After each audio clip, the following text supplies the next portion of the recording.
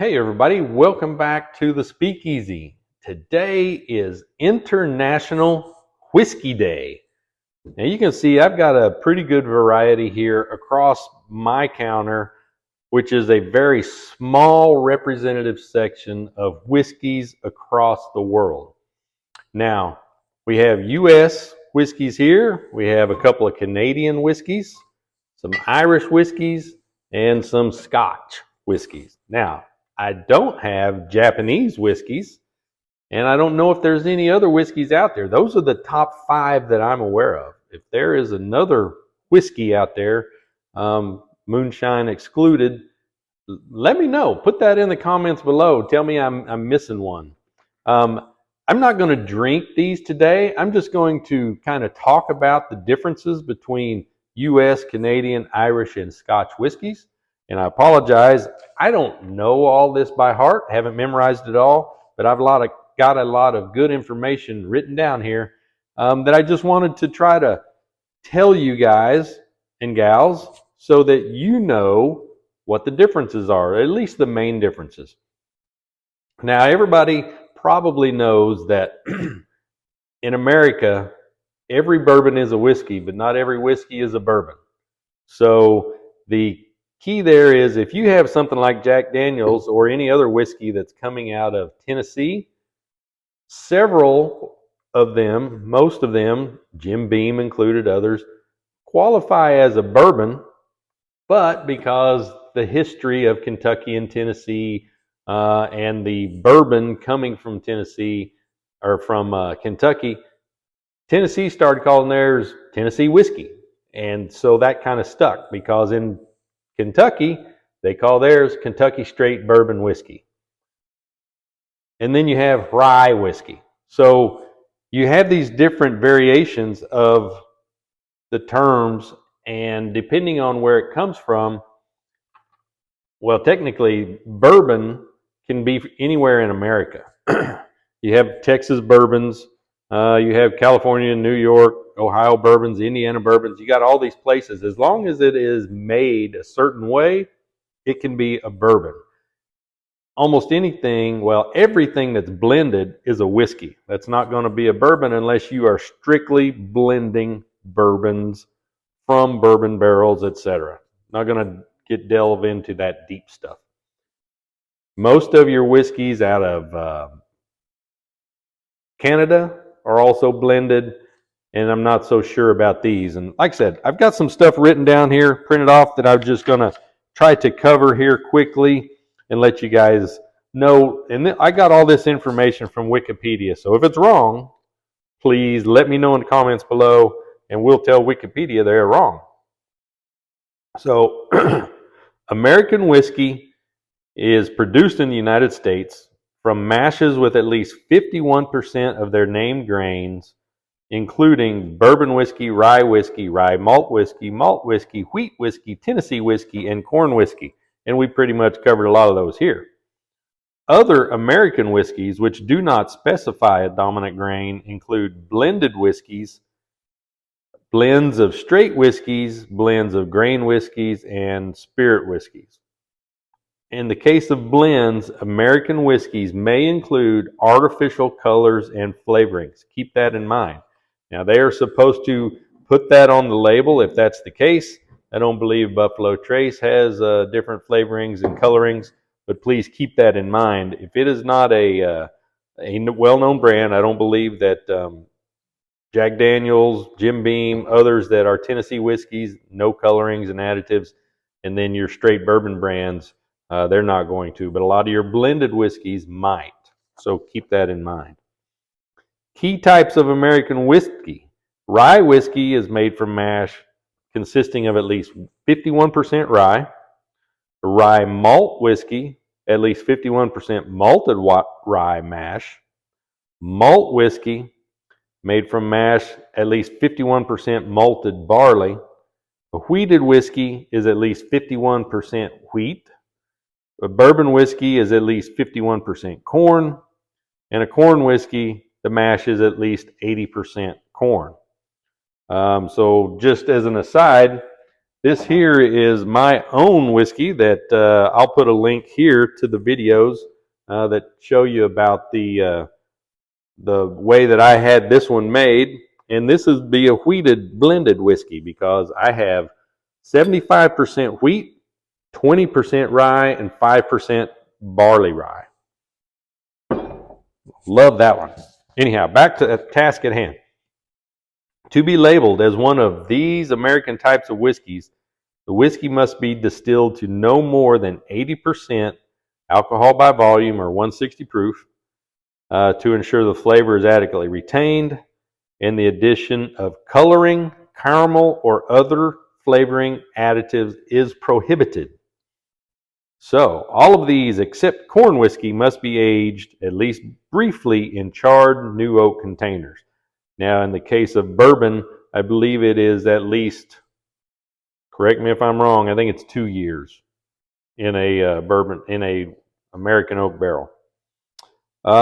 Canadian whiskeys. The two I have here are 40 Creek and Crown Royal. Crown Royal is probably one of the most popular out of Canada.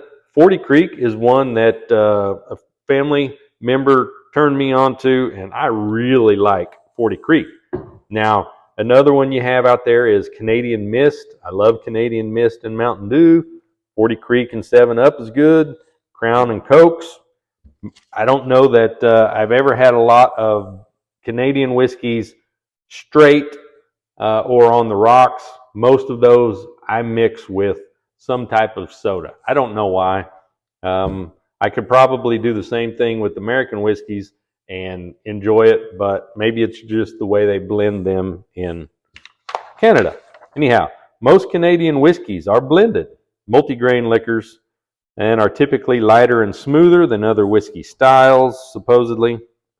When Canadian distillers began adding small amounts of highly flavorful rye grain to their mashes, I guess Canadians simply started referring to it as rye. So in Canada, if you go up there and you say a Canadian whiskey or rye whiskey, you're talking the same thing. And down here in the U.S., in the lower 48, they're Canadian whiskeys, and they're American whiskeys, and they're rye whiskeys, and there's Irish whiskeys and Scotch whiskeys. So they're all different. You have to call them exactly what they are.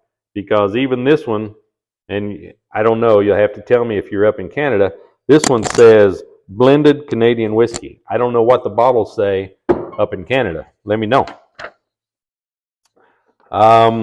Regulations under Canada's Food and Drugs Act stipulate minimum conditions to be labeled a Canadian whiskey or Canadian rye whiskey. So they have to be mashed, distilled, and aged in Canada, be aged in small wood vessels for not less than 3 years, contain not less than 40% alcohol by volume, and they may contain caramel and flavoring. Now, I don't know about these. I haven't looked. This doesn't actually tell you ingredients-wise if it has coloring or flavoring, at least not on the label. In America, that may not be a requirement.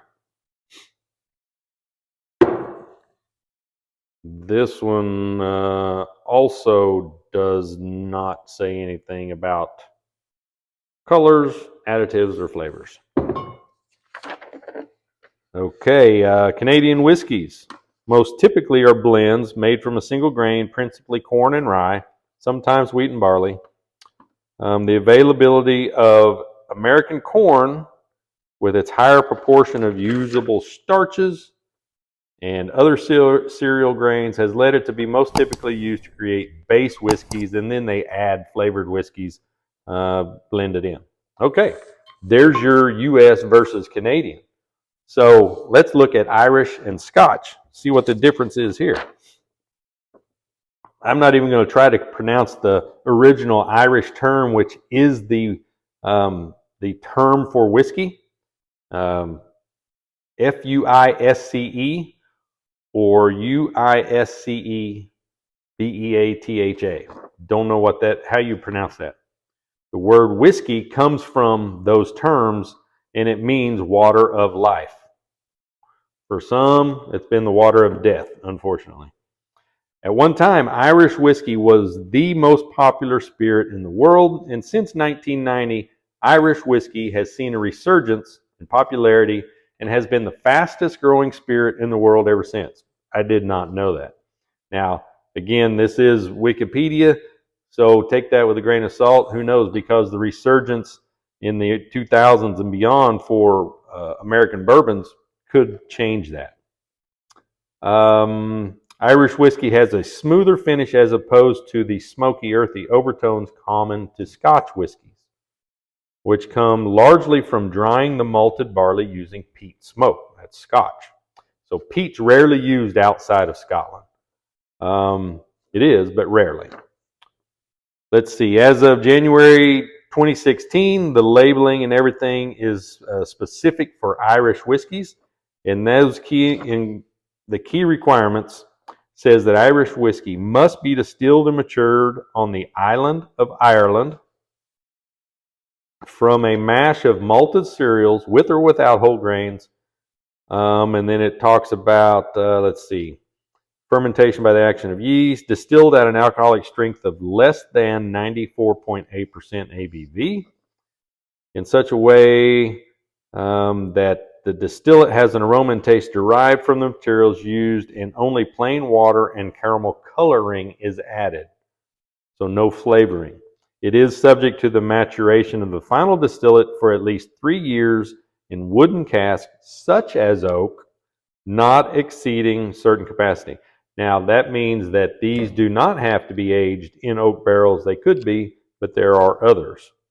And a minimum alcoholic by volume content of 40%. Now, this one's 40%. Slane is 40%.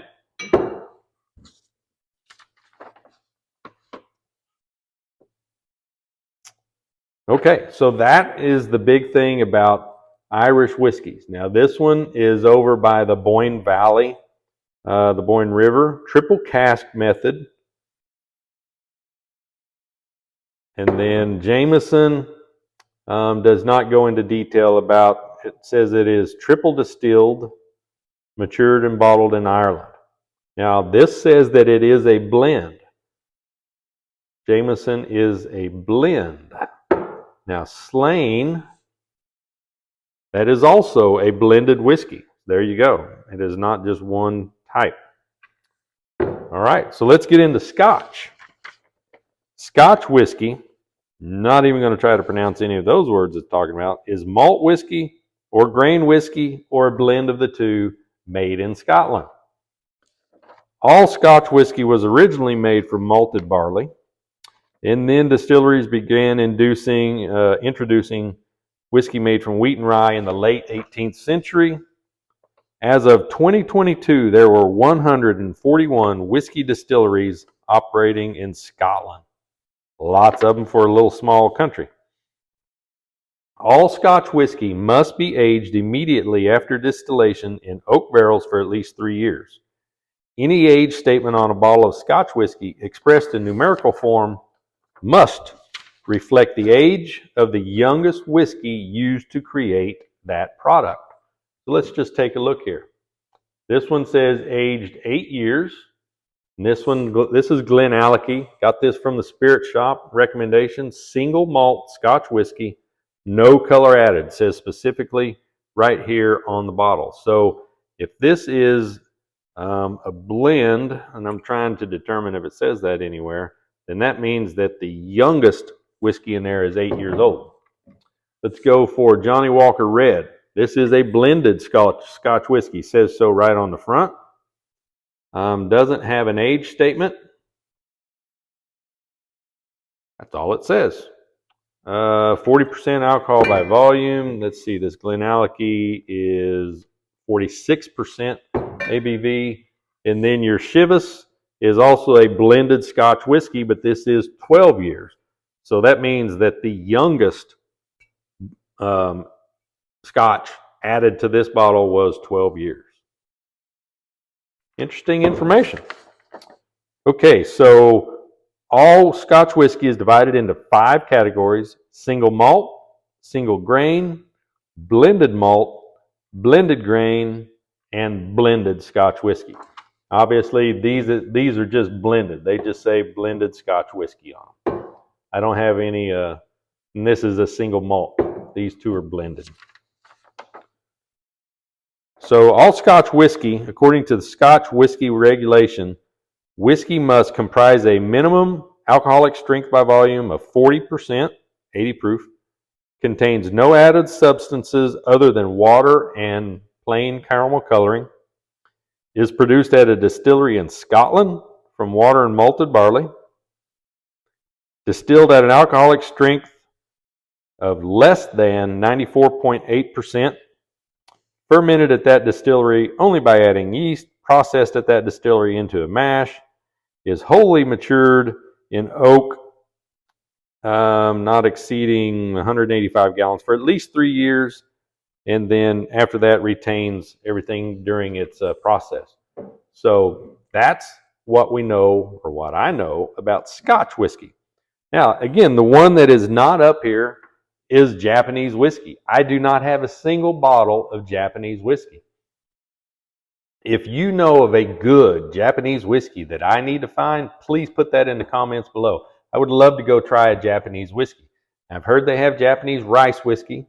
I've heard that they have other types of whiskey that are made as the rest of the world makes them. I don't know what the big difference is between rice whiskey and non-rice whiskey. So broadly speaking, the style of Japanese whiskey is more similar to Scotch whiskey than anywhere else.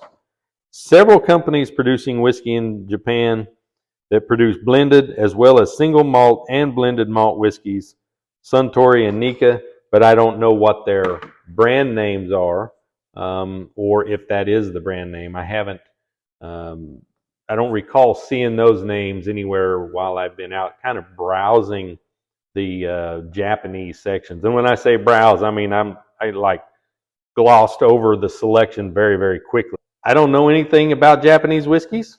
I really would like to learn about Japanese whiskeys. So if you know of one, please put that in the comments below.